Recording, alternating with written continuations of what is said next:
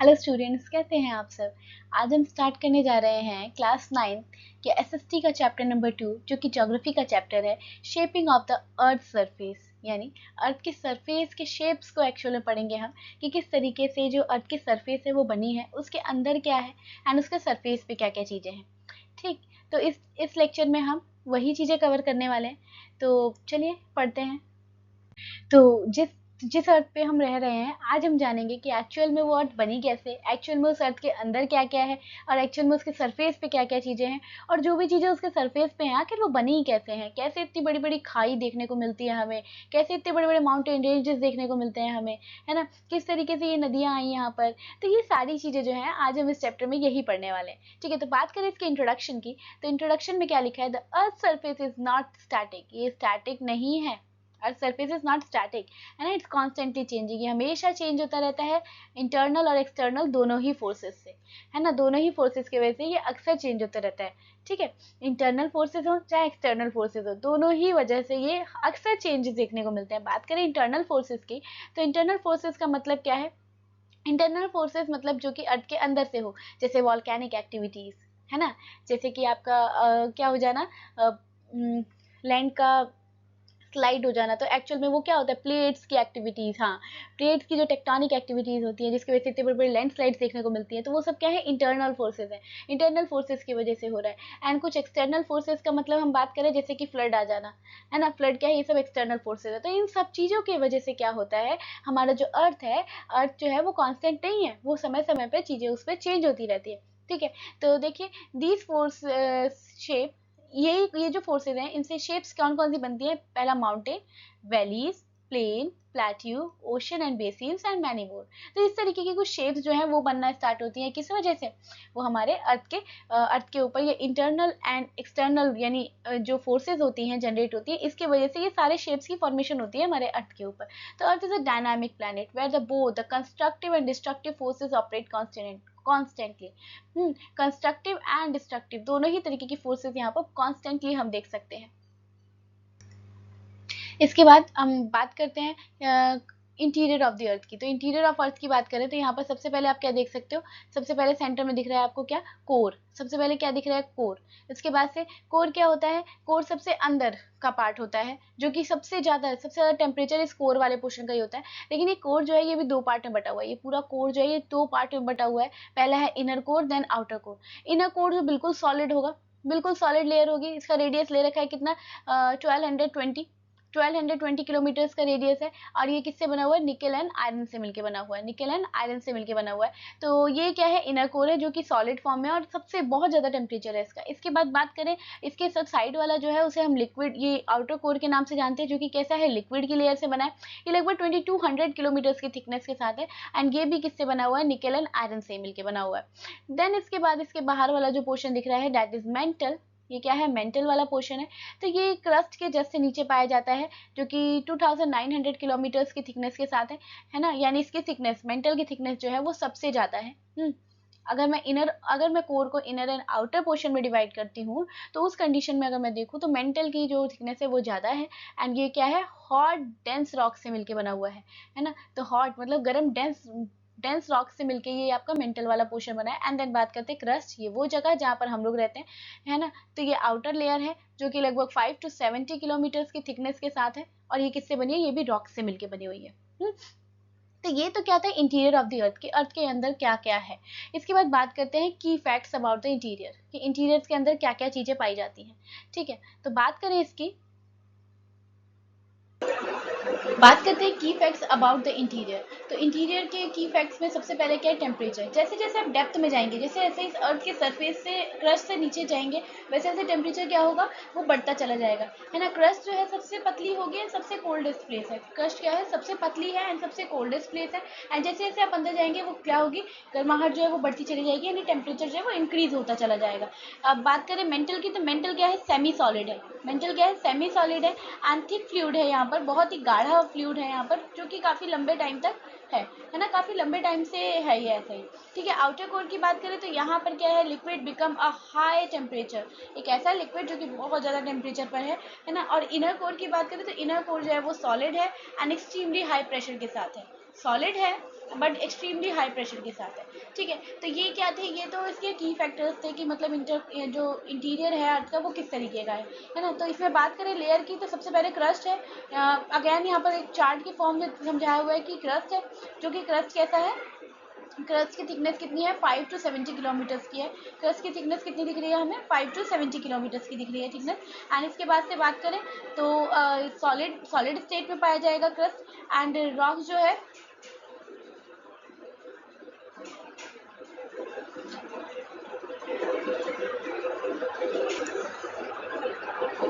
इसके बाद क्रस्ट की बात करें तो क्रस्ट 5 to 70 किलोमीटर्स का है, सॉलिड स्टेट में है। कॉम्पोजिशन देखिए इसकी, कॉम्पोजिशन क्या है कि रॉक ग्रेनाइट है, रॉक से मिलकर बना है, जो कि granitic in the continent and basaltic in the ocean. जो कॉन्टिनेंट वाला एरिया है, मतलब अर्थ का जो वो वाला एरिया है जिसमें हम रहते हैं, वो क्या है, उसे वो कॉन्टिनेंट एरिया होता है, तो वो वहाँ पर ग्रेनाइट का बना हुआ है क्रस्ट। एंड जो ओशन की बात करें तो ओशन के अंदर जब जाएंगे तो इतना वहाँ पर ओशन का क्रस्ट उतना ही अंदर होता है ओशन का क्रस्ट, है ना। तो वहाँ की बात करें तो वो बेसाल्टिक का बना हुआ है ना।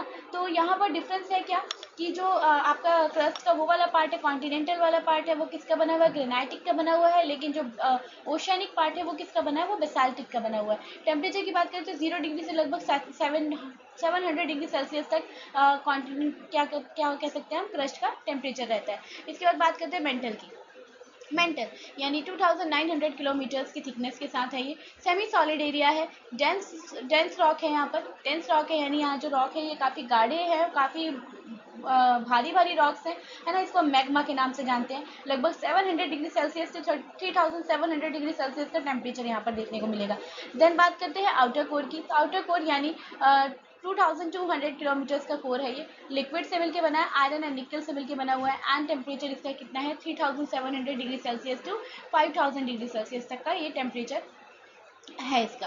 ठीक है, इसके बाद बात करते हैं लास्ट हमारे इनर कोर की। तो इनर कोर की बात करें तो इनर कोर जो कि 1220 किलोमीटर्स के रेडियस में है, सॉलिड है इनर कोर, आयरन एंड निकल से बना हुआ है। देखो कोर दोनों ही, इनर या आउटर दोनों ही आयरन एंड निकल से बना हुआ है। एंड देन इसके बाद बात करें हम इसकी तो टेम्परेचर की, तो लगभग 5000 डिग्री सेल्सियस से 6000 डिग्री सेल्सियस तक के टेम्परेचर यहाँ पर देखने को मिलता है। ये टेम्परेचर इतना है जितना हम सन के सरफेस पे देखते हैं, मतलब सन के सरफेस के टेम्परेचर हमारे अर्थ के कोर में मिल जाएगा, है ना। इतना ज़्यादा टेम्परेचर है इसमें। देन बात करते हैं थ्योरी ऑफ प्लेट टेक्टोनिक्स। चलिए प्लेट टेक्टोनिक्स में बताती हूँ आपको। प्लेट टेक्टोनिक्स में प्लेट टेक्टोनिक्स का मतलब क्या है, हमारी जो अर्थ की क्रस्ट होती है ना, एक्चुअल में हमारी जो अर्थ की क्रस्ट होती है वो बहुत सारी प्लेट से मिलकर बनी होती है ना। ऐसा नहीं है कि जमीन जो है वो पूरी एक ही है, नहीं, वो डिफरेंट डिफरेंट छोटे छोटे पार्ट में बटी हुई है, जिसे हम क्या बोलते हैं, प्लेट्स बोलते हैं, जिसको हम क्या बोलते हैं, प्लेट्स के नाम से जानते हैं।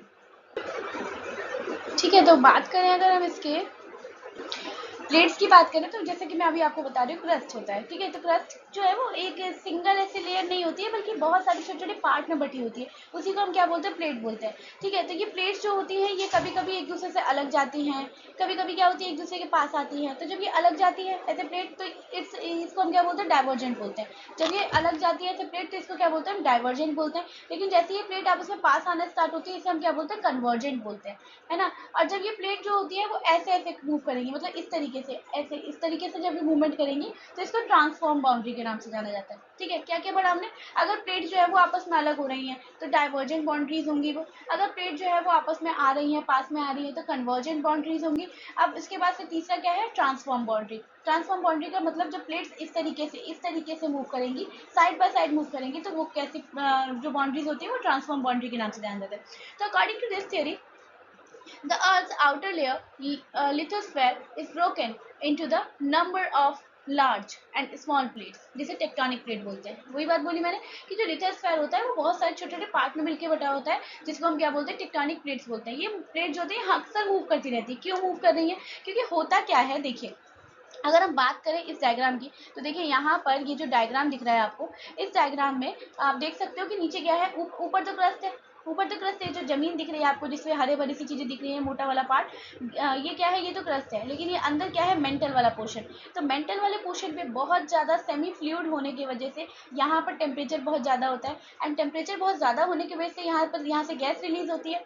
एंड जो गैस है वो जब भी रिलीज होती है तो वो एक फॉल्ट ढूंढती है जहाँ से वो बाहर निकल सके, है ना। तो अक्सर वो फॉल्ट जो होता है वो दो प्लेट्स के बीच का रीजन होता है। तो वो दो प्लेट के बीच के रीजन से वो क्या करती है, वो निकलने की कोशिश करती है। अब होता क्या है, अगर वो जो प्रेशर है वो प्रेशर कम है तो प्लेट्स हल्की फुल्की थोड़ी सी हिलती है ना, तो जिसकी वजह से अर्थक्वेक भी देखने को मिलता है ना, जिसकी वजह से अर्थक्वेक भी देखने को मिलता है। अर्थक्वेक का भी यही कारण है। क्या होता है, जो मेंटल है, मेंटल का प्रेशर बहुत ज़्यादा बढ़ने की वजह से क्या होता है, गैसेस रिलीज होने की कोशिश करती हैं। जब गैसेस जब सरफेस से रिलीज होने की कोशिश करती है तो वो क्या करती है, वो ऐसे ऊपर की साइड प्रेशर लगाती है, जिसकी वजह से प्लेट्स जो होती है वो क्या होती है, वो हिलने लगती है, तो इसकी वजह से अर्थक्वेक आता है ना। इसी की वजह से वॉल्केनिक इरप्शन भी होता है ना। कहीं ऐसी जगह जहाँ पर जो क्रस्ट का पोर्शन है वो बहुत पतला है, बहुत पतला है, तो वहाँ पर क्या होता है, जब वहाँ पर प्रेशर लगता है तो वहाँ पर क्या होता है कि मेंटल में से जो मैग्मा है वो लावा की फॉर्मेशन के साथ बाहर निकल के आ जाता है उस प्रेशर की वजह से। जो प्रेशर है, जैसे ही प्रेशर रिलीज होता है तो होता क्या है कि वो जो मैग्मा प्रेजेंट है अर्थ के मेंटल में, वो मैग्मा जो है वो बाहर आ जाता है लावा की फॉर्मेशन के साथ, है ना। और इस तरीके से वॉल्केनिक इरप्शन भी होता है। तब देखिए यहाँ पहला दे रखा है क्या, डाइवर्जेंट बाउंड्रीज। पहले क्या दे रखी है, डाइवर्जेंट बाउंड्री, है ना, यानी प्लेट मूव अपार्ट। दिख रहा होगा आपको यहाँ पर प्लेट मूव अपार्ट, है ना। तो ये वो जगह है जहाँ पर प्लेट जो है से दूर हो रही है। जैसे कि एग्जांपल, अभी जो रिसेंट एग्जांपल ले सकते हैं वो हम ले सकते हैं अफ्रीका का, कि अफ्रीका से किस तरीके से सोमालियन प्लेट जो है वो निकल के साइड होनी स्टार्ट हो चुकी है, एंड वहाँ पर धीरे धीरे फॉल्ट जनरेट हो रहा है। तो वो क्या हो रहा है, एक्चुअल में वो डाइवर्जेंट हो रहा है। वो क्या हो रहा है, वो डाइवर्जेंट देखने को मिल रहा है हमें, है ना। प्लेट का डाइवर्जेंट हो रहा है, तो जब प्लेट डाइवर्ज होती है तो बहुत बड़ी खाई बनती है ना, खाई बनती है वो, है ना। तो यहाँ पर क्या होता है, डाइवर्जेंट का मतलब plates move apart. Mid Atlantic ridge में भी ऐसा देखा गया है। अब उसके बाद देखिए कन्वर्जेंट बाउंड्री। कन्वर्जेंट बाउंड्री का मतलब क्या है, यहाँ पर प्लेट जो है वो एक दूसरे के साइड आने लगती है। अब यहाँ दो कंडीशन अराइज होती है, जब प्लेट एक दूसरे के पास आती है तो दो कंडीशन अराइज होती है। देखिए पहली कंडीशन तो ये है कि अगर कॉन्टिनेंटल प्लेट है, मतलब जमीन है, जमीन को कॉन्टिनेंटल प्लेट बोलते हैं और ओशन को ओशनिक प्लेट बोलते हैं। ये तो समझ में आ ही गया होगा, है ना। तो देखिए जब भी दो कॉन्टिनेंटल प्लेट आपस में टकराएंगी, जब भी दो कॉन्टिनेंटल प्लेट आपस में टकराएंगी तो यहाँ से फॉर्मेशन होगी एक माउंटेन की, क्योंकि जब दो कॉन्टिनेंटल प्लेट ऐसे आपस में टकरा रही है, दोनों की एनर्जी सेम है, तो वो दोनों क्या करेंगे, ऐसे उठ जाएंगी एंड फॉर्मेशन होगी किसकी, माउंटेन्स की। फॉर्मेशन किसकी होगी, माउंटेन्स की फॉर्मेशन। जैसे कि हमारे हिमालयन माउंटेन्स, इंडिया में प्रेजेंट जो हिमालयन माउंटेन्स हैं वो इसी टेक्टोनिक प्लेट एक्टिविटी की वजह से अराइज हुए थे। जिसके इसमें हुआ क्या था कि एक साइड हमारा गोंडवाना लैंड था और दूसरे साइड हमारा लॉरेशिया लैंड था, है ना। तो लॉरेशिया लैंड जो है, लॉरेशिया लैंड से जो ये गोंडवाना लैंड जो है ये जाके टकराता है, जब ये इससे टकराता है तो यहाँ पर फॉर्मेशन होती है किसकी, हिमालयन रेंजेस की। यहाँ पर फॉर्मेशन किसकी देखने को मिलती है, हिमालयन रेंजेस की फॉर्मेशन देखने को मिलती है। तो हुआ क्या था, ये दोनों ही क्या है, प्लेट्स है।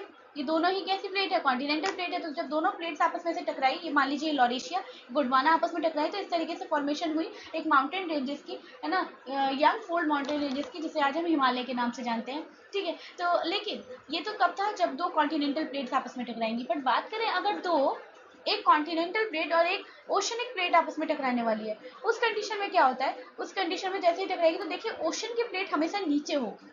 अगर ओशन की हम सरफेस की बात करें तो वो नीचे ही होता है, हमेशा गहरा होता है ना ओशन। तो ऐसी कंडीशन में जब ये टकराव होगा तो ओशन जो है वो नीचे चली जाएगी, सबडक्ट कर जाएगी, नीचे की साइड भागनी शुरू हो जाएगी, समझ गए, नीचे की साइड जानी स्टार्ट हो जाएगी। ओशन की प्लेट जो है, कॉन्टिनेंट प्लेट ऊपर चढ़ेगी, ऐसे ओशन की प्लेट ऐसे नीचे जानी स्टार्ट हो जाएगी। जैसे ये नीचे जाएगी ना, तो ये वाला पोर्शन जो नीचे जा रहा है, इस पोर्शन पे वॉल्केनोज बनने स्टार्ट होंगे, क्योंकि यहाँ प्रेशर रिलीज होगा तो यहाँ पर प्रेशर बनेगा, तो प्रेशर से यहाँ पर वॉल्केनोज बनने स्टार्ट होंगे। तो यहाँ कन्वर्जेंट वाला जो डायग्राम है उसमें आप देख सकते हो कि किस तरीके से यहाँ पर वॉल्केनोज देखने को मिल रहा है, आपको एक वॉल्केनो देखने को मिल रहा है। ठीक है, तो देखो किस तरीके से जो प्लेट्स है वो सबडक्ट हो रही है एंड यहाँ से वॉल्केनिक इरप्शन देखने को मिल रहा है। तो ये तो थी कन्वर्जेंट की बात। नेक्स्ट बात करती हूँ मैं ट्रांसफॉर्म बाउंड्री की। ट्रांसफॉर्म बाउंड्री का मतलब है plate slide past each other.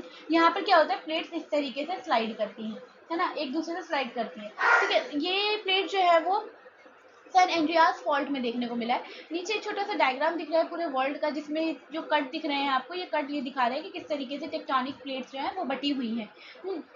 तो इम्पोर्टेंस की बात करें, क्या कारण रहे प्लेट टेक्टोनिक्स जो है उसकी वजह से क्या क्या हो सकता है। इसकी वजह से देखो अर्थक्वेक देखने को मिलता है, नीचे लिखे हुए हैं, अर्थक्वेक देखने को मिलता है, वॉल्केनोज देखने को मिलते हैं एंड माउंटेन्स बिल्डिंग। मैंने अभी ये तीनों चीज़ के बारे में आपसे बात की, ये तीनों चीज़ इसकी वजह से ही बनती है। इसके अलावा explain the distribution of land forms and the minerals. यहीं से लैंड फॉर्म्स एंड मिनरल्स के बारे में पता लगता है ना, कि कहाँ पर कौन से लैंड फॉर्म्स मिलेंगे एंड मिनरल्स कैसे होंगे। Leads to the formation of the ocean and the continent. है ना, समुद्र मतलब ओशन एंड कॉन्टिनेंट को बनाने के लिए भी टेक्टोनिक प्लेट एक्टिविटी ही काम करती है।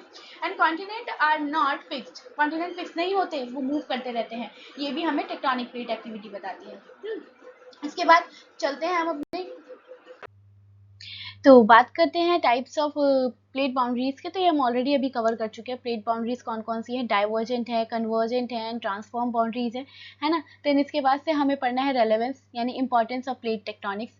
बात करें इंपॉर्टेंस ऑफ प्लेट टेक्टोनिक्स की, तो explain the movement of continent over the million of years, मतलब कई सालों तक जो मूवमेंट है ना, जो प्लेट की मूवमेंट रही वो किस तरीके की रही, वो हम इस टेक्टोनिक प्लेट एक्टिविटीज को देख के पता लगा सकते हैं।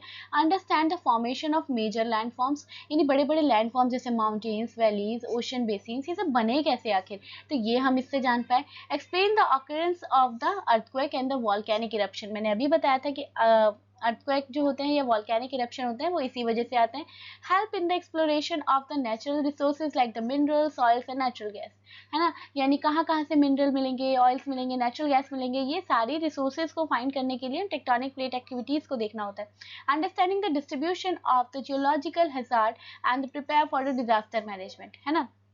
तो डिजास्टर, कोई किसी भी तरीके की प्राकृतिक आपदा है उसको मैनेज करने के लिए हमें इससे ही समझना, इससे से समझ में आता है कि एक्चुअल में कहाँ पर बहुत ज़्यादा, देखिए जहाँ पर दो प्लेट की जॉइनिंग होगी वो एरिया सबसे ज़्यादा डिजास्टर प्रॉन एरिया होगा, क्योंकि वहाँ पर बहुत ज़्यादा अर्थक्वेक देखने को मिलेंगे, वॉल्केनिक इरप्शंस वहाँ देखने को मिलेंगे, है ना। तो इस वजह से ऐसी जगह पर डिजास्टर प्लानिंग जो होती है, डिजास्टर मैनेजमेंट जो होता है वो ज़्यादा इंपॉर्टेंट है। तो टेक्टोनिक प्लेट्स जो है वो हमें बता देती है कि कौन सा एरिया जो है वो बहुत ज़्यादा हैजार्ड प्रोन एरिया है, डिजास्टर प्रोन एरिया, तो वहाँ पर उसके अकॉर्डिंग ही हमें अपना सेटअप करना होता है। देन वीदरिंग एंड इरोजन, दोनों में फर्क क्या है। वीदरिंग मतलब breaking down of the rock into the small pieces, है ना, पत्थरों का छोटे छोटे पीसेस में टूट जाना इज वीदरिंग, है ना।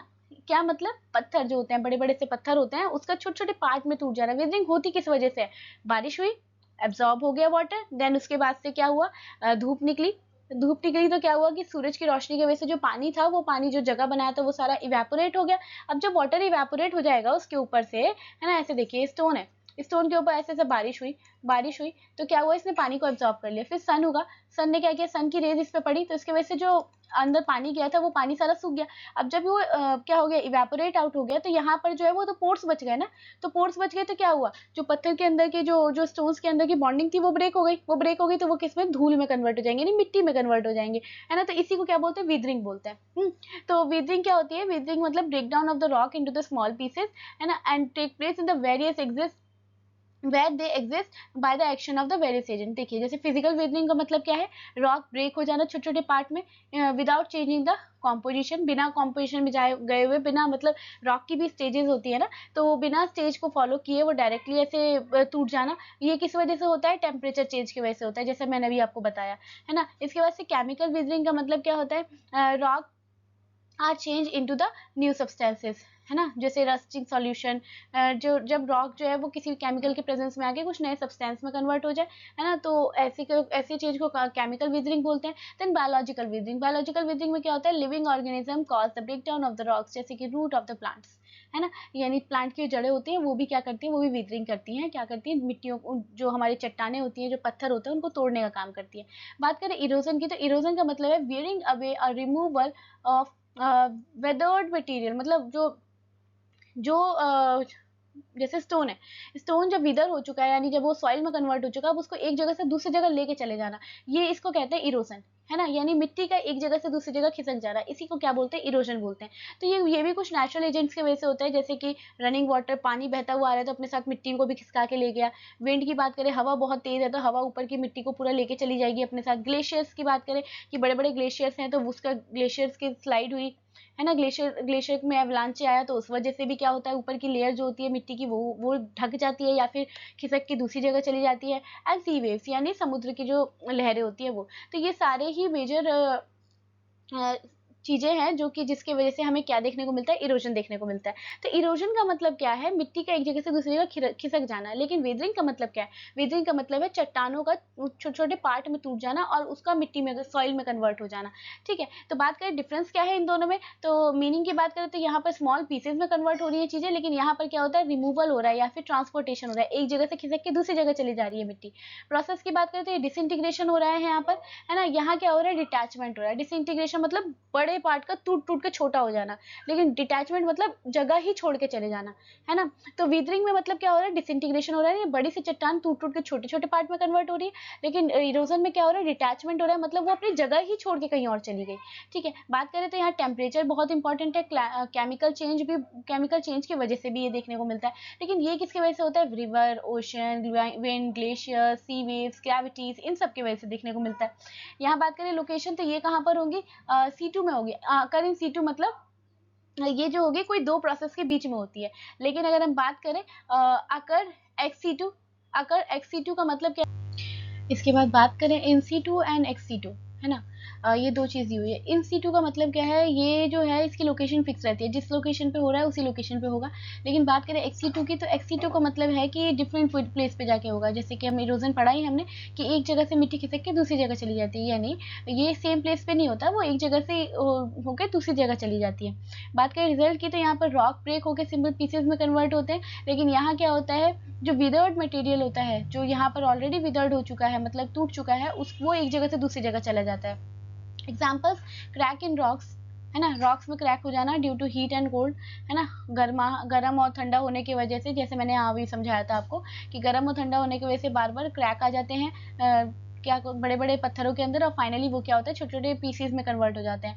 एंड ये किस वजह से होता है, रिवर्स जो सॉइल लेके आती है ना, उससे होता है, एंड वो एक जगह डिपॉजिट हो जाता है। ठीक, इसके बाद देखते हैं, तो वीदरिंग यानी ब्रेकिंग ऑफ रॉक, वो उसके वजह से जब ब्रेक होता है, तो ब्रेक होने के बाद इरोजन होता है, यानी रिमूव्स होते हैं, ट्रांसपोर्ट हो जाता है एक जगह से दूसरी जगह, फिर उसके बाद से डिपॉजिट हो जाता है, फिर वो एक जगह जाके इकट्ठा हो जाता है। ठीक है, देन इसके बाद बात करते हैं एजेंट फॉर ग्रेडेशन। ग्रेडेशन का कारण क्या रहता है, ग्रेडेशन का मतलब क्या होता है, wearing down a levelling of the earth surface by the nature. मतलब क्या होता है कि अर्थ की जो सरफेस है उसका घिसना कुल मिला के हम कह सकते हैं, इसको हम ग्रेडेशन बोलते हैं। ठीक है, तो किस वजह से होता है, एक तो रनिंग वाटर की वजह से होता है, मतलब पानी जब बहुत तेजी से स्पीड में आ रहा है ना, पहाड़ों से आ रहा है, तो वो क्या करता है, अपने साथ साथ मिट्टी को भी घिसते हुए लेके आता है, पहाड़ों को भी घिसते हुए लेके आता है, तो उसकी मिट्टी घिस घिस के लेके आता है। तो इस वजह से क्या होता है, वहां पर एक फॉर्मेशन हो जाती है, जिसको हम क्या बोलते हैं, ग्रेडेशन बोलते हैं, है ना। तो ये किस वजह से होता है, रनिंग वाटर की वजह से भी होता है, विंड की वजह से होता है, ग्लेशियर्स की वजह से होता है, अंडरग्राउंड वाटर की वजह से भी होता है, वेव्स एंड करंट की वजह से भी होता है।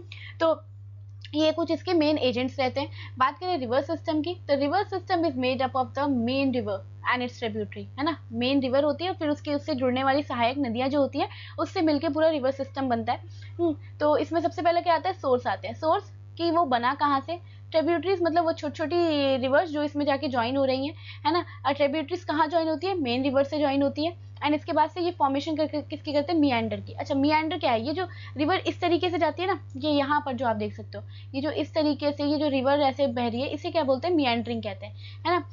रिवर जो होती है वो क्या करती है, मियांडरिंग करती है, मियांडरिंग की फॉर्मेशन करती है। एंड माउथ वेयर ये it's flow into the lake और सी, है ना, वो जगह जहाँ पर वो माउथ वो वाला पोर्शन होता है जहाँ पर एक नदी जो है वो समुद्र से जाके मिलना स्टार्ट हो जाती है। तो स्टार्टिंग कहाँ से होती है, सोर्स से स्टार्टिंग होती है, ग्लेशियर से स्टार्टिंग होती है। नॉर्थ इंडिया की बात करें तो जो रिवर्स हैं वो ग्लेशियर से स्टार्ट होंगे। साउथ इंडिया के जो है वो कहाँ से स्टार्ट होंगे, वो बड़े बड़े प्लेट्यूज से स्टार्ट होंगे। ठीक है, तो वो क्या होंगे, वो यूजुअली सीजनल होंगे, मतलब मानसून आएगा तो चलेंगी वो रिवर्स, नहीं तो नहीं। लेकिन ये क्या होंगे, ये पेरेनियल होंगी। पेरेनियल मतलब क्या होता है, सदा नीरा। देखो नदियाँ दो तरीके की होती हैं, एक होता है पेरेनियल, पेरेनियल यानी सदा नीरा जिसमें हमेशा पानी रहे, और एक क्या होती है, सीजनल होती है ना, सीजनल। तो पेरेनियल, नॉर्थ इंडिया की जो रिवर्स है, नॉर्थ इंडिया जो है वो इंडिया जो जिसका ओरिजिन, वो पार्ट, वो रिवर्स जो जिसका ओरिजिन क्या है, ग्लेशियर है, जिसका ओरिजिन क्या है, ग्लेशियर है, वो तो पेरेनियल नाम से जानी जाएंगी। लेकिन वो रिवर्स जो सीजनल है, जिनका ओरिजिन ग्लेशियर ना होके प्लेट्यूज हैं, वो क्या होंगे, वो सीजन वाइज जान जाएंगे, और ये मानसून के टाइम पे इसमें पानी देखने को मिलेगा, उसके बाद से फिर ये सूख जाती हैं। ठीक है, तो देखिए स्टार्टिंग में सोर्स जो होता है, सोर्स होगा, फिर सोर्स के बाद से इसमें से ट्रिब्यूटरीज जुड़नी स्टार्ट होंगी। किससे? बहुत सारी ट्रिब्यूटरीज यानी बहुत सारी छोटी छोटी नदियाँ जुड़ के एक मेन रिवर की फॉर्मेशन करेंगी। एक मेन रिवर की फॉर्मेशन होगी तो उसके बाद वो रिवर जो है वो जब अपनी यूथ स्टेज में आएगा, जब अपनी यूथ यंग स्टेज के बाद से, बिल्कुल स्टार्टिंग वाली स्टेज के बाद से जब वो यूथ स्टेज में आएगा तो वो मियांड्रिंग की फॉर्मेशन करेगी, है ना। इस तरीके से मियांडर करते हुए जाएगी, है ना। एंड मियांडर जब ये करती है ना तो क्या होता है, ये मिट्टी यहाँ पर जमा होती रहती है। एक टाइम आता है कि ये पूरा कट ऑफ हो जाता है और नदी यहाँ से डायरेक्ट बहनी स्टार्ट हो जाती है। तो ये जो है ये एक तरीके का तालाब बन जाता है। ये क्या होता है, एक तरीके का तालाब बन जाता है जिसे हम ऑक्सबो लेक के नाम से जानते हैं, ठीक है। तो जब बहुत ज्यादा डिपॉजिट आता है ना, रिवर्स जब बहुत सारा मियांड्रिंग करती है, अपने साथ बहुत सारी रेत लेके आती है, डिपॉजिट लेके आती है, तो वो डिपॉजिट यहाँ इकट्ठी होनी स्टार्ट हो जाती है। जो मैंने ब्लैक पोर्शन बनाया यहाँ इकट्ठी होती है, और जब ये इकट्ठी होनी स्टार्ट होती है तो उसके बाद से क्या होता है, रिवर जो है वो रिवर का ये वाला पोर्शन है ना कट के साइड हो जाता है, जिसको हम ऑक्सबो लेक के नाम से जानते हैं। देन इसके बाद मियांड्रिंग के बाद फाइनली वो स्टेज आती है जहां पर एक रिवर ओशन से मिलना स्टार्ट होती है। तो stages of river, upper courses, steep मतलब जब सबसे पहले स्टार्ट होगी तो बहुत ही पैना सा स्लोप से स्टार्ट होगी, बहुत फास्ट फ्लो होगी क्योंकि बहुत तेजी से वो नीचे आ रही है, तो उसकी काइनेटिक एनर्जी बहुत ज्यादा होगी, यानी बहुत वो तेजी से फ्लो करेगा, है ना। और वो वी शेप की फॉर्मेशन करेगी, वी शेप की फॉर्मेशन करेगी। यहाँ पर वैलीज की फॉर्मेशन होगी, यहाँ पर वाटरफॉल की फॉर्मेशन होंगे। मिडिल कोर्स की बात करें तो मिडिल कोर्स वो जगह जहाँ पर स्लोप जो है वो बहुत मॉडरेट होगा, मतलब बहुत ज्यादा ऐसा करके इस तरीके का स्लोप ना होकर थोड़ा ऐसा रहेगा, है ना, हल्का सा टिल्ट रहेगा, कि मतलब इसलिए वहाँ ऐसी कंडीशन में जो रिवर्स है उसकी जो स्पीड है, उसके पानी की जो स्पीड है वो बहुत ज्यादा नहीं रह जाती, ठीक है। और ऐसे टाइम पे रिवर वैली की फॉर्मेशन होती है, एंड यहाँ फॉर्मेशन होती है मियांडर्स की। ये क्या है, मिडिल कोर्स है ना, यानी जब अपनी जो रिवर जो है वो अपनी यूथ स्टेज पे होती है। फिर बात करते हैं लोअर कोर्स की। यहाँ पर जेंटल स्लोप रहेगा, बिल्कुल सीधा, बहुत ज्यादा स्लोप ही नहीं, बिल्कुल सीधा रहेगा। फ्लो बहुत कम हो जाएगा, बहुत ही कम फ्लो हो जाएगा, एंड ये फ्लड प्लेन से एरिया और डेल्टास की फॉर्मेशन करेगा, है ना। तो ये क्या थे, ये रिवर सिस्टम थे और रिवर सिस्टम के स्टेजेस थे। बात करते हैं वेव्स एंड करंट की, है ना। Third point, waves. वेव्स क्या होती हैं? Waves are caused by the wind blowing over the surface of water। जब वाटर के सरफेस पे हवा बहती है तो उसके वजह से वेव्स की फॉर्मेशन होती है, यानी लहरों की फॉर्मेशन होती है। ये जो ओशन करंट्स होती हैं और कॉन्टिनेंटल मूवमेंट, ये किस वजह से होती है, कंटिन्यूस मूव करती है। जो ओशन करंट है कंटिन्यूस मूव करती है, कंटिन्यूस मूवमेंट देती है ये समुद्र के अंदर, ठीक है, एक डेफिनेट डायरेक्शन में। तो वेव्स क्या है, कंस्ट्रक्टिव भी हो सकती है, डिस्ट्रक्टिव भी हो सकती है। दो तरीके की वेव्स होती है, कंस्ट्रक्टिव एंड डिस्ट्रक्टिव। कंस्ट्रक्टिव का मतलब क्या होता है, जो बिल्ड अप करे एंड जो क्रिएट करे लैंडफॉर्म्स को, एंड डिस्ट्रक्टिव का मतलब क्या होते हैं, which wear down and destroy landforms, मतलब जो क्या करे, लैंडफॉर्म्स को, जो लैंडफॉर्म्स बने हुए हैं उसको क्या करे, खराब करे, खत्म करे, ठीक है। तो कंस्ट्रक्टिव का एग्जांपल क्या दे रखा है आपका, बीच दे रखा है एंड स्पिट्स दे रखी है। लेकिन वही डिस्ट्रक्टिव का एग्जांपल क्या है, क्लिफ्स है एंड सी केव्स है, मतलब गुफाएं जो होती हैं। तो गुफाएं कैसे होती है, होता क्या है कि इस तरीके से एक चट्टान है ना, कंटिन्यू वेव आ रही है, एक टाइम आएगा कि वो जो है वो इस तरीके से जो चट्टान होती है वो ऐसे कट जाती है, ये वाला पोर्शन कट के साइड हो जाता है ना। एंड इसको क्या बोलते हैं, डिस्ट्रक्शन हो गया, है ना। किसके वजह से, वेव्स की वजह से, क्योंकि वेव्स बहुत तेजी से उस चट्टानों पे टकरा रही है, टकराने के बाद वहां को उसको वीदर करती हुई आ रही है, एक टाइम आएगा कि केव की, गुफाओं की फॉर्मेशन कर देगा वहां पर। किसकी वजह से होता है, ये भी ओशन की वेव्स की वजह से होता है। बात करें ओशन करंट, तो ओशन करंट वार्म करंट होता है। वार्म करंट का मतलब flow from the equator towards the plate. Warm current क्या होता है, पोल्स की तरफ। देखो अब तो पहले पोल्स देख लेते हैं, पोल्स क्या होता है। तो देखो अर्थ का जो मिड वाला पोर्शन होता है, अर्थ का ये वाला पोर्शन तो इक्वेटर के नाम से जाना जाता है, ये तो इक्वेटर है। और ये जो ऊपर का पोर्शन है इसे क्या बोलते हैं, इसे हम पोल्स कहते हैं। तो इसने क्या बोला है कि वार्म करंट जो है वो फ्लो कहाँ से करता है, इक्वेटर से पोल की तरफ, इक्वेटर से ऐसे पोल की तरफ फ्लो करता है। इक्वेटर से कैसे फ्लो करता है, पोल की तरफ फ्लो करता है। वहीं कोल्ड करंट की बात करें तो कोल्ड करंट कहाँ से, भाई यहाँ पर ठंड ज्यादा है ना, तो कोल्ड करंट जो है वो यहाँ से इक्वेटर की साइड फ्लो करना स्टार्ट करता है ना। कोल्ड करंट जो है वो पोल से इक्वेटर की साइड जाना स्टार्ट करता है, ठीक है। तो वार्म करंट कहाँ से हो रहा है, वार्म इक्वेटर पे गर्मी बहुत ज्यादा पड़ती है, तो इक्वेटर से पोल की तरफ वार्म करंट जाएगा, एंड पोल्स पे ठंड बहुत ज्यादा है तो पोल से इक्वेटर की तरफ कोल्ड करंट आएगा।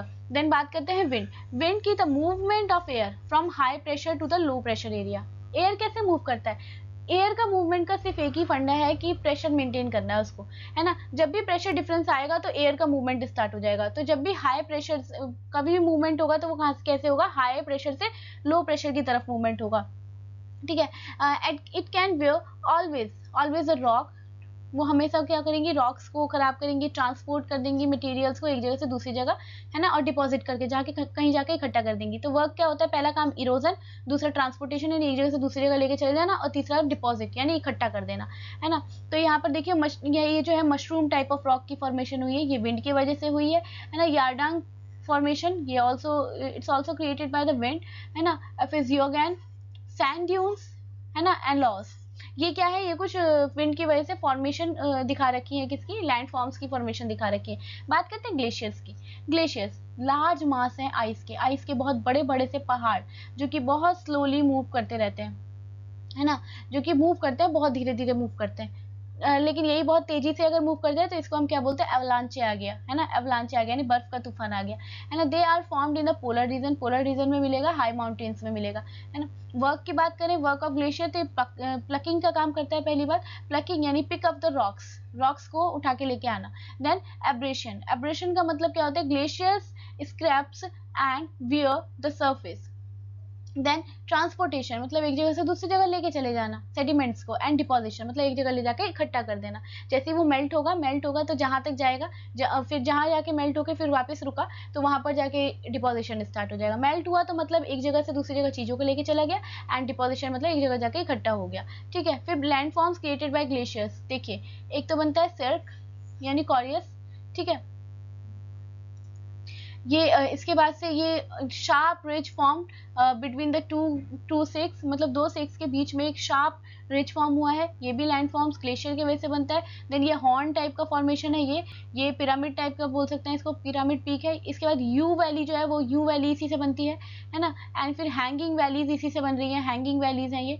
एंड इसके बाद से फ्लज्ड जो है इसी मतलब डीप सी वैली, बहुत गहरे गहरे समुद्रों की वैली जो बनती है, ये भी इसी लैंड फॉर्म से ग्लेशियर से बनती है। एंड मोरांस जो है ये भी इसी से बनती है, deposit of rocks and the material carried and dropped by the glacier. तो ये सारी फॉर्मेशंस जो है ये किससे, ग्लेशियर से देखने को मिलती है, ठीक। आगे बात करें, हमने अभी एजेंट ऑफ ग्रेडिएशन पढ़ लिया, हमने रिवर सिस्टम पढ़ लिया, वेव करंट्स पढ़ लिए, विंड भी पढ़ लिया, ग्लेशियर भी पढ़ लिया, है ना। तो land forms created by winds भी पढ़ लिए, land form created by glaciers भी पढ़ लिए। अब हम अंडरग्राउंड वाटर के बारे में पढ़ेंगे। तो अंडरग्राउंड वाटर्स का मतलब क्या होता है ना। अंडरग्राउंड वाटर का मतलब क्या है, वाटर जो कि हमारे अर्थ के सरफेस के अंदर मिलता है ना, उसको हम अंडरग्राउंड वाटर बोलते हैं, ठीक है। तो ये क्या होगा, इंपॉर्टेंट है, इंपॉर्टेंट एजेंट ऑफ ग्रेडेशन का सबसे इंपॉर्टेंट एजेंट के नाम से ये भी जाना जाता है, ठीक। तो यहाँ पर अब हम देखें कुछ land forms created by under water के वजह जो कुछ लैंड फॉर्म्स क्रिएट हुए, जैसे कि ये केव देखिए, ये गुफा देखिए, है ना, form by the dissolution of limestone के रॉक के वजह से फॉर्मेशन हुई है। देखो ये क्या होता है ना, ये देखोगे स्टैलेक्टाइट एंड स्टैलेग्माइट, है ना। ये एक तरीके से ये क्या होता है कि यहाँ पर वाटर के ड्रॉपलेट्स ऐसे गिरने स्टार्ट होती है और यहाँ पर जमा होती है ना। तो जो ऊपर वाला पोर्शन होता है इसे स्टैलेक्टाइट बोला जाता है ना, और जो नीचे वाला पोर्शन जो इकट्ठा होना स्टार्ट होता है उसे स्टैलेग्माइट के नाम से जाना जाता है, ठीक। फिर ये केव्स है, स्टैलेग्माइट देखिए स्टैलेक्टाइट की दे रखी है कि किस तरीके से ऊपर से एक क्या है, ये जमा हुआ बर्फ, एक्चुअल में क्या होता है वाटर जम जाता है, जम के इस तरीके की फॉर्मेशन करता है, इसे क्या बोलते हैं, स्टैलेक्साइट बोलते हैं। तो ये स्टैलेक्टाइट बना हुआ है यहाँ पर, एंड जो नीचे जम के फॉर्मेशन होती है उसे स्टैलेग्माइट बोलते हैं। और जब देखिए ये दोनों जब आपस में ज्वाइंट हो जाता है स्टैलेक्टाइट एंड स्टैलेग्माइट, तो फॉर्मेशन होती है किसकी, पिलर्स की फॉर्मेशन होती है, ठीक है। जब स्टैलेक्टाइट और स्टैलेग्माइट दोनों आपस में जुड़ जाते हैं तो फॉर्मेशन होती है किसकी, पिलर्स की फॉर्मेशन होती है, ठीक है। देन इसके बाद बात करें लैंड फॉर्म्स की, तो लैंड फॉर्म्स में माउंटेन्स हैं, प्लेट्यूज हैं, प्लेन्स हैं, वैलीज हैं, हिल्स हैं, डेजर्ट हैं, कोस्टल एरियाज हैं, आइलैंड्स हैं, ठीक है। नेचुरल डिजास्टर की बात करते हैं। नेचुरल डिजास्टर जैसे सबसे पहला क्या है, अर्थक्वेक, यानी भूकंप आना।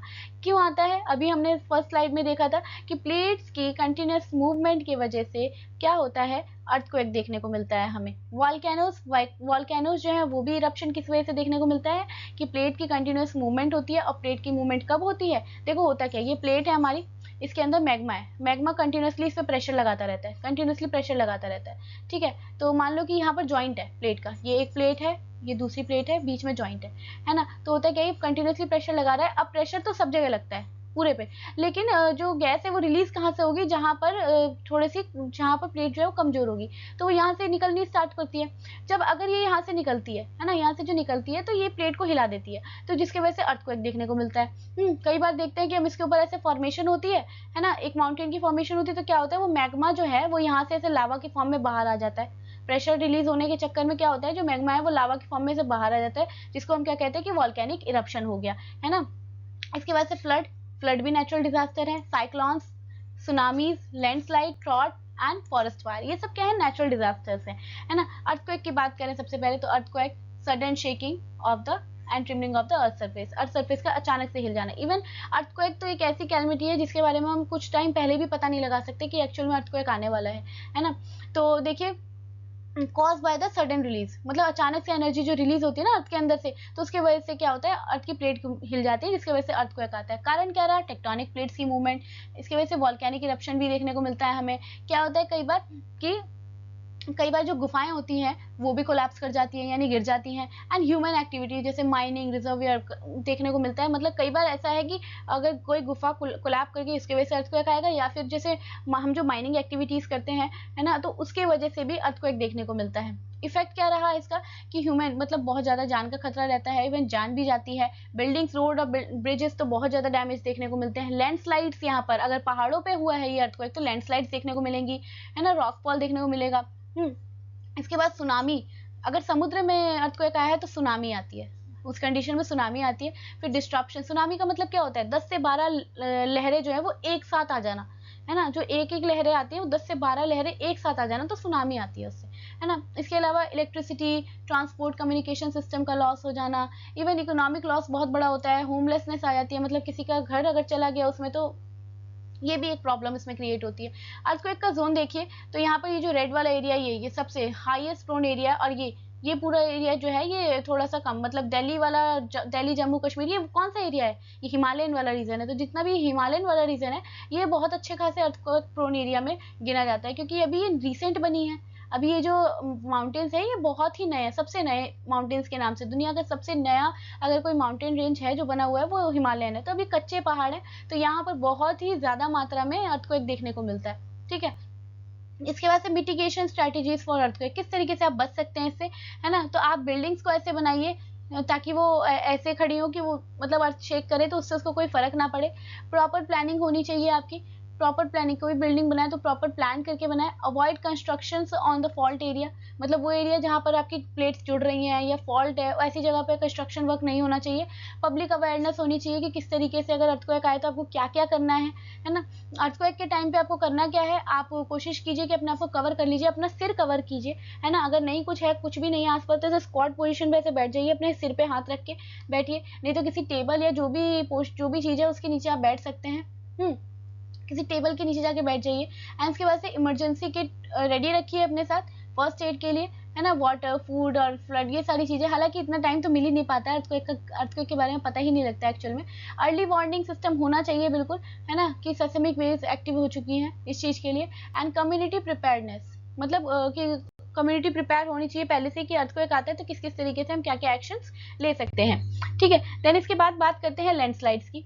लैंडस्लाइड्स यानी क्या होता है, यानी मिट्टी का खिसक जाना पहाड़ों पे, है ना। जब पहाड़ों पे जब अचानक से अर्थक्वेक आता है तो उसके वजह से क्या होता है, पहाड़ों का खिसक जाने को ही क्या बोलते हैं, लैंडस्लाइड्स। ये देखो यहाँ सब जगह पेड़ है, यहाँ के ये जो पेड़ ये जो है ये पूरा गिर चुका है नीचे, तो इसको लैंडस्लाइड बोलते हैं। तो होता क्या है, sudden movement of rock, soils and debris, debris मतलब कूड़ा, है ना। तो बहुत अचानक से, बहुत तेजी से क्या होता है, रॉक्स का, सॉइल्स का या डेब्रीज का नीचे गिर जाना, इसी को हम क्या बोलते हैं, लैंडस्लाइड्स बोलते हैं। टाइप्स हैं इसके, rock fall, slides, flow and creep, ये कुछ इसके टाइप्स हैं, ठीक है। अब बात करें इसके कॉजेस की, तो कारण क्या रहता है, एक तो हैवी रेनफॉल, बहुत ज्यादा रेनफॉल है तो खिसकेगी मिट्टी, है ना। स्टीप स्लोप, अगर बहुत ही मतलब ऐसे बिल्कुल ऐसे एकदम खड़ा खड़ा पहाड़ है तो बहुत ज्यादा चांसेस हैं कि हमारा लैंडस्लाइड यहाँ पर बहुत ज्यादा होगा। इसके अलावा जैसे यंग फॉर्न माउंटेन्स है, जैसे हमारा हिमालय, तो अभी नए नए बने कच्चे पहाड़ है तो वहाँ लैंडस्लाइड देखने को मिलेगी हमें बहुत ज्यादा।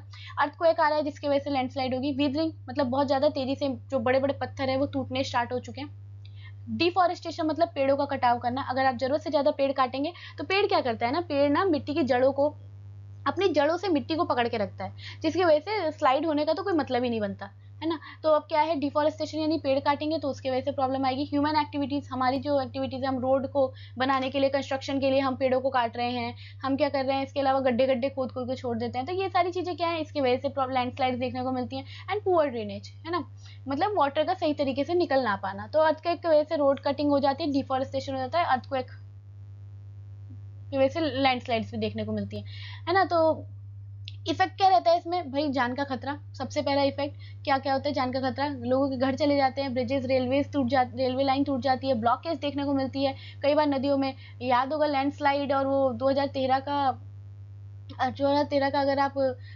केदारनाथ वाला इंसिडेंट जानते हो, तो वहाँ पर यही तो हुआ था, लैंडस्लाइड हुआ था, है ना, एंड फ्लड आ गया था उसकी वजह से। तो कितने लोगों की जान गई थी। तो एक लैंडस्लाइड इस हद तक खतरनाक हो सकती है। डैमेज, यहाँ पर एग्रीकल्चर लैंड जो है वो खराब हो जाती है। Destruction of communication essential services, मतलब बातचीत करने का साधन जो है वो सब रुक जाता है यहाँ पर। इकोनॉमिकली बहुत ज़्यादा लॉस हमें देखना पड़ता है यहाँ पर। तो मिटिगेशन किस तरीके से, ज़्यादा पेड़ लगाओ, तो आप बच सकते हो। टेरेस फार्मिंग करो, सीढ़ी नुमा खेती जो होती है इस तरीके से, है ना, पहाड़ों पे की जाती है, वो करो। रिटेनिंग वॉल्स, ठीक है, ये करिए। Proper drainage, avoid human interference. देखिए पहाड़ी इलाकों में ना ज़्यादा ह्यूमन इंटरफेरेंस करना ठीक नहीं है, वो भी ऐसे रीजन में जहाँ पर ऑलरेडी पहाड़ हमें पता है कि न्यू फोल्ड माउंटेन्स है, ऐसी जगह पे अर्ली वार्निंग सिस्टम होना चाहिए। लैंड यूज प्लानिंग होनी चाहिए, किस तरीके से ज़मीन को यूज़ किया जाए। तो लैंडस्लाइड सडन मूवमेंट होता है, किस वजह से होगा, भारी बारिश हो गई और ये सब चीज़ें। तो ये वो जो ऊपर हमने पढ़ा वही सारी चीज़ें लिखी हुई हैं इसमें, है ना। देन पढ़ते हैं एवलांचे। एवलांचे मतलब क्या होता है, बर्फ का खिसकना। जिस तरीके से मैंने लैंडस्लाइड बोला, तो लैंडस्लाइड क्या होता है, मिट्टी का खिसक जाना, मतलब बड़े बड़े पहाड़ से मिट्टी खिसक जाना। उसी तरीके से बर्फ के पहाड़ से बर्फ का खिसक जाने को एवलांचे बोलते हैं, यानी sudden and rapid downward movement of the snow, ice and the rock, है ना, down the movements mountain slope. Slope का मतलब स्लोप से बहुत तेजी से, देखिए यहाँ दिख सकता है किस तरीके से बर्फ जो है वो बहुत तेजी से नीचे की साइड गिर रही है। तो इसकी वजह से क्या होता है, देखो रोड ब्लॉक हो जाती है, डैमेज बहुत ज़्यादा देखने को मिलता है, सर्विसेज रुक जाती हैं बहुत सारी, रिवर ब्लॉक हो जाती है। कई बार रिवर अगर ब्लॉक हुई तो वही पानी बढ़ेगा एंड उसकी वजह से फ्लड भी आएगा, एंड लोगों की जान जाती है, एंड इवन घर भी खत्म हो जाते हैं, है ना। तो कंडीशन, अब इफेक्ट देखें इसका क्या, तो वही है जो यहाँ पर लिखा हुआ है कि इंजरीज बहुत आती हैं, लोगों की जान जाती है, डैमेजेस देखने को मिलते हैं, ब्रिज रोड साइड में डैमेजेस, डिस्ट्रक्शन, फॉरेस्ट का डिस्ट्रक्शन देखने को मिलता है, इलेक्ट्रिसिटी सप्लाई कट जाती है, कम्युनिकेशन सिस्टम कटता है, हैवी इकोनॉमिक लॉसेस देखने को मिलते हैं। मिटिगेट का मतलब क्या है, देखिए फेमस एवलांचे आया था एक, ये पेरू में आया था, ठीक है। इसमें क्या होता है, पूरा का पूरा गांव जो था युंगे, पूरा गांव ही दब गया था और लगभग 20,000 लोग मर गए थे दब के, ठीक है। तो ये एक फेमस एवलांचे के बारे में लिखा हुआ है ना। देखो अब यहाँ लिखा है, डू यू नो में, एवलांचे can travel at the speed of 60 to 100 kilometre per hour. इतनी स्पीड से एक स्नो जो है वो ऊपर से गिरती है ना। तो मिटिगेशन यानी किस तरीके से बच सकते हैं, तो मॉनिटरिंग एंड फॉरकास्टिंग, मतलब समय से पहले बता दिया जाए चीज़ों को, फॉरकास्ट करके बता दिया जाए कि किस तरीके से यहाँ पर प्रॉब्लम आ चुकी है, इन केस प्रॉब्लम आ चुकी है तो जरूर जल्दी से जल्दी वहाँ मदद पहुँचाई जाए। अर्ली वार्निंग सिस्टम होना चाहिए हमारे पास से, कंट्रोल्ड एवलांचेज, हमें एवलांचो कंट्रोल करने के लिए हमारे पास इक्विपमेंट्स होने चाहिए। And snow fences and barriers लगा दिए जाए ताकि अगर स्नो गिरती भी है तो बैरियर्स से रोका जा सके। पेड़ों को लगाओ, एफोरेस्टेशन अगेन, क्योंकि जड़ें जो है वो मिट्टी को पकड़ के रखेंगी तो एवलांचे के चांसेस कम है। Land use planning and awareness होनी चाहिए यहाँ पर, है ना।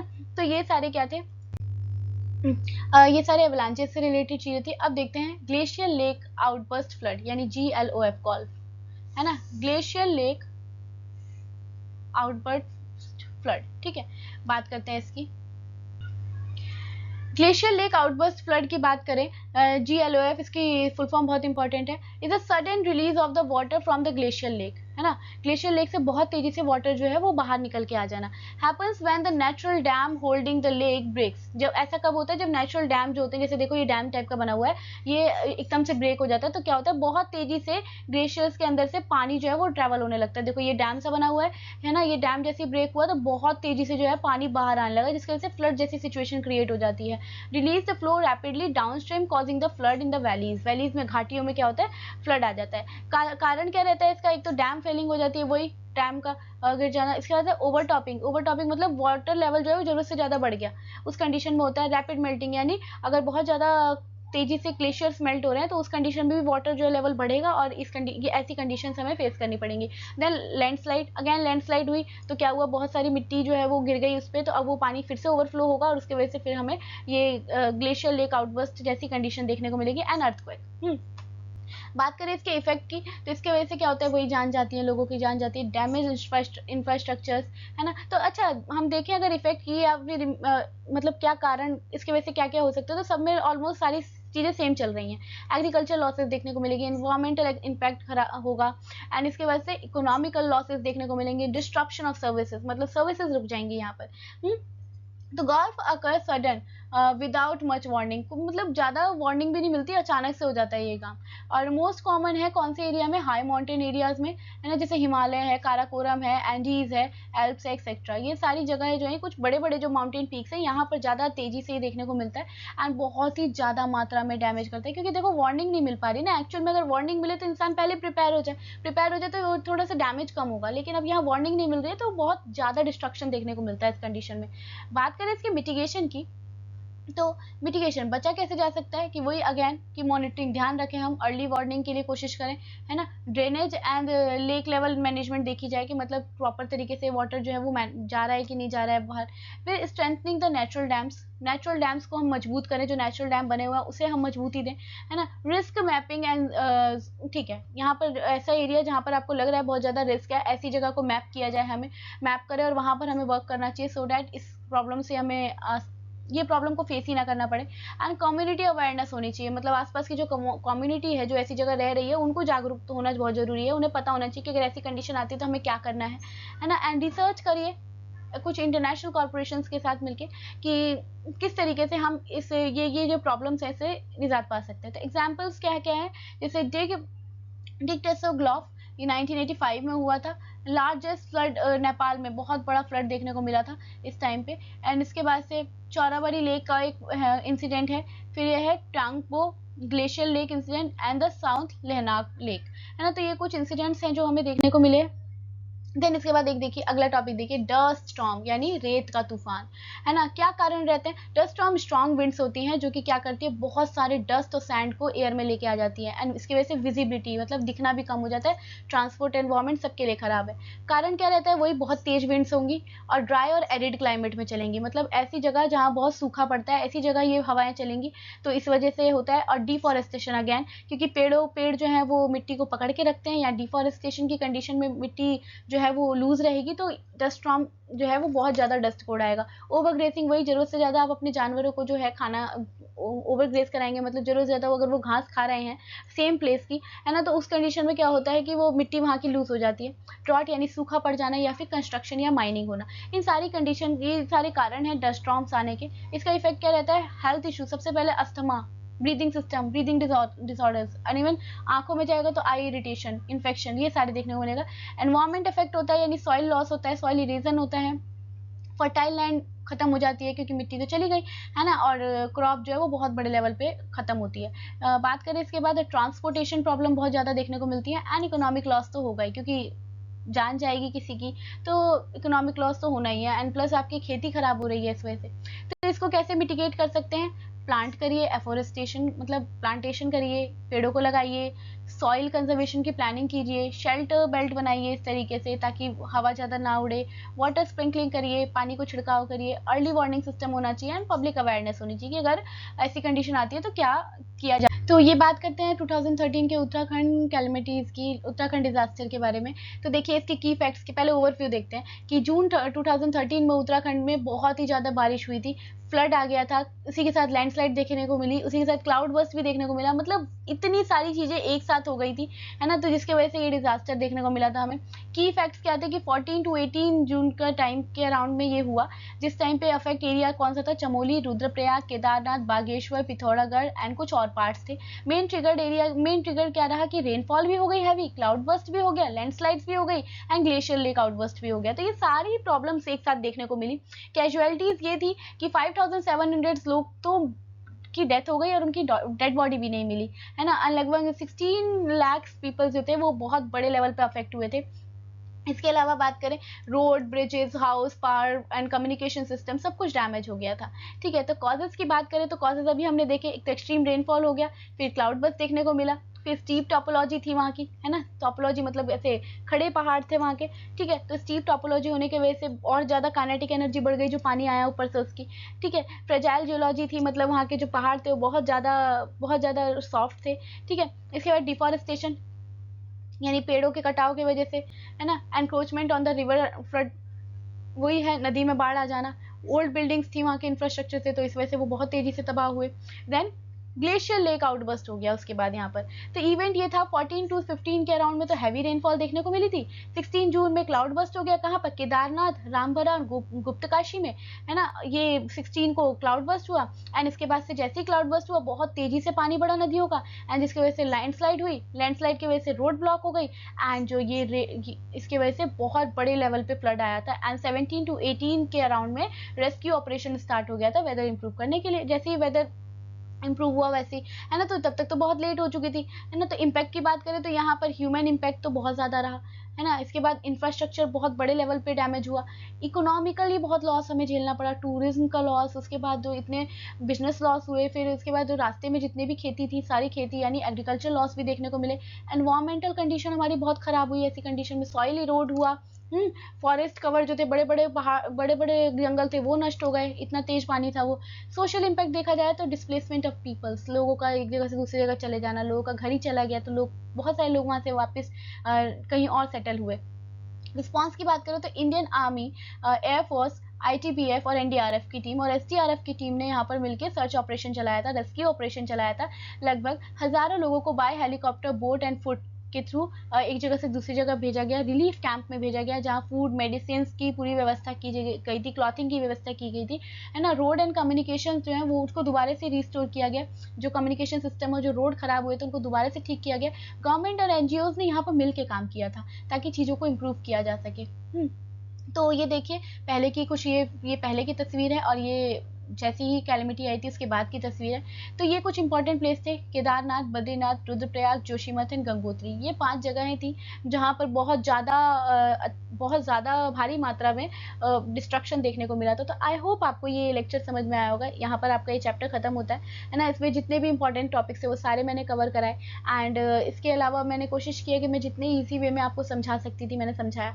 फिर भी अगर आपको लगता है कोई डाउट है कि नहीं मुझे ये टॉपिक नहीं समझ में आया, तो आप कमेंट सेक्शन में मुझसे पूछिएगा, एंड मैं डेफिनेटली उस क्वेश्चन का आंसर और उस टॉपिक को एक्सप्लेन करूंगी अपने नेक्स्ट लेक्चर में। तो जब तक के लिए इस चैनल पे बने रहिए। हाँ, इसी तरीके की अपडेट्स के लिए चैनल पे बने रहिए, लाइक कीजिए, सब्सक्राइब कीजिए, अपने दोस्तों के साथ शेयर कीजिए ताकि उन्हें भी ऐसी वीडियोस मिल सके, ताकि उनकी भी हेल्प हो सके, है ना? तब तक के लिए bye bye and take care.